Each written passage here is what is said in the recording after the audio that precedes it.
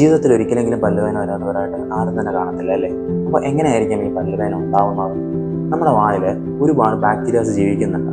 നമ്മൾ കഴിക്കുന്ന ആഹാരത്തിൽ ഷുഗർ കണ്ടന്റ് ഈ ബാക്ടീരിയാസുമായിട്ട് റിയാക്ട് ചെയ്ത് നമ്മുടെ പല്ലിലെ ഇനാമലിൻ്റെ മേളിൽ ആസിഡിൻ്റെ ലെയർ ഉണ്ടാകുന്നു.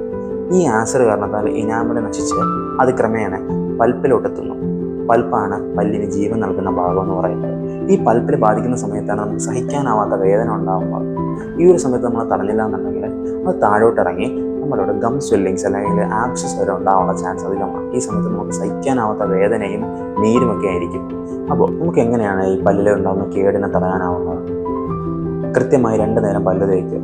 എപ്പോഴും സോഫ്റ്റ് അല്ലെങ്കിൽ ഒരു മീഡിയം ടൈപ്പ് ഓഫ് ബ്രഷ് ഉപയോഗിക്കുന്നതാണ് ഏറ്റവും ബെറ്റർ. പലരും ഇപ്പോഴും ഹാർഡ് ടൂത്ത് ബ്രഷ് ഉപയോഗിക്കുന്നവരുണ്ട്. പക്ഷെ അത് പല്ലിൻ്റെ ഇനാമലിന് പെട്ടെന്ന് തേയ്മാനം ഉണ്ടാക്കാനുള്ള ചാൻസ് വർദ്ധിപ്പിക്കുന്നു. ഇനി ടൂത്ത് പേസ്റ്റിൻ്റെ കാര്യം പറയുകയാണെങ്കിൽ ഇന്ന ബ്രാൻഡ് മേടിക്കണമെന്നല്ല.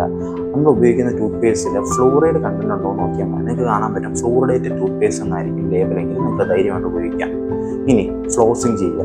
പല്ലിൻ്റെ സർഫസുകളിൽ മാത്രമല്ല പല്ലിൻ്റെ ഇടകളിലും ഈ പറയുന്ന ഫുഡ് ലോഡ്ജ്മെൻറ്റിന് ഫുഡ് കയറിയിരിക്കാനുള്ള ചാൻസ് കൂടുതലാണ്. അപ്പോൾ ഇവ നമ്മൾ നോർമൽ ടൂത്ത് ബ്രഷിങ്ങിലൂടെ ഇളകി പോകാനുള്ള ചാൻസ് വളരെയധികം കുറവാണ്. ഇനി ഓരോ 6 മാസം കൂടുമ്പോഴും റെഗുലറായിട്ട് ചെക്കപ്പ് ചെയ്യുക, ഡെൻ്റൽ ചെക്കപ്പ്. കാരണം നമുക്കറിയാം ഇനീഷ്യൽ സ്റ്റേജ് അല്ലെങ്കിൽ തുടക്ക സമയത്താണ് നമ്മൾ ഈ ഒരു പോഡ് കാണുന്നത് അല്ലെങ്കിൽ കേട് കാണുന്നതെങ്കിൽ നമുക്കിവ നോർമൽ ഫില്ലിങ്സിലൂടെ രക്ഷപ്പെടുത്താവുന്നതാണ്.